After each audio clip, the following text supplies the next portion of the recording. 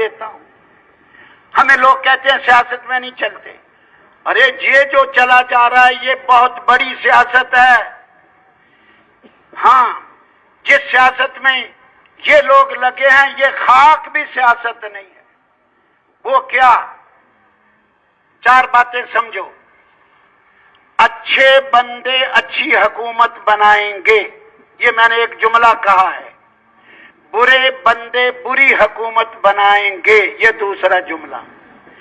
اچھے بندے بری حکومت نہیں بنائیں گے، اچھے بندے بروں کو منتخب نہیں کریں گے، یہ تیسرا جملہ۔ اور برے بندے اچھوں کو منتخب نہیں کریں گے، یہ چوتھا جملہ۔ اب ان سب کی وضاحت کروں بڑا وقت لگے گا۔ میں آپ سے پوچھتا ہوں، ہاں آپ لوگ نیک لوگ ہو، اچھے لوگ ہو، آپ جو بیٹھے ہو، آپ کو کہا جائے کسی فاسق فاجر کو حکمران بناؤ، بری اسمبلی بناؤ، بے نمازیوں کی اور ظالموں کی، تو آپ جو نیک لوگ ہو وہ ایسوں کو منتخب کرو گے؟ نہیں کریں گے۔ اسی طرح ہاں غلط لوگ اچھوں کو منتخب نہیں کرتے۔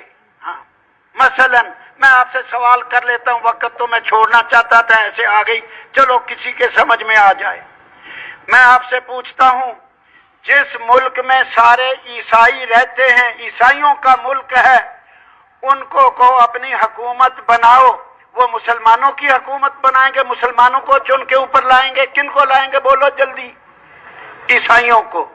یہودیوں کی کوئی اگر ملک ہو، یہودیوں کو کہو تم اپنی حکومت بناؤ، صدر وزیر اعظم بناؤ، اسمبلی بناؤ، تو وہ مسلمانوں کو چن کے لے جائیں گے پاکستان سے؟ کن کو بنائیں گے بولو جلدی؟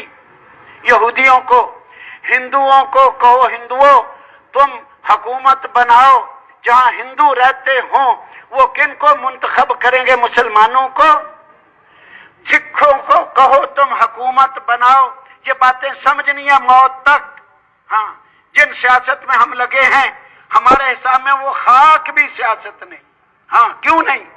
سکھوں کو کہو تم حکومت بناؤ، وہ کن کی بنائیں گے؟ جلدی بولتے جاؤ۔ سکھوں کی۔ بدھ مذہب والوں کو کہو تم حکومت بناؤ، وہ کن کی بنائیں گے؟ بدھ مذہب والوں کی۔ پکے متقیوں کو کہو تم حکومت بناؤ، وہ متقیوں کی حکومت بنائیں گے۔ اگر فاسقوں کو کہو، فاجروں کو کہو تم حکومت بناؤ، وہ فاجروں اور فاسقوں کی بنائیں گے۔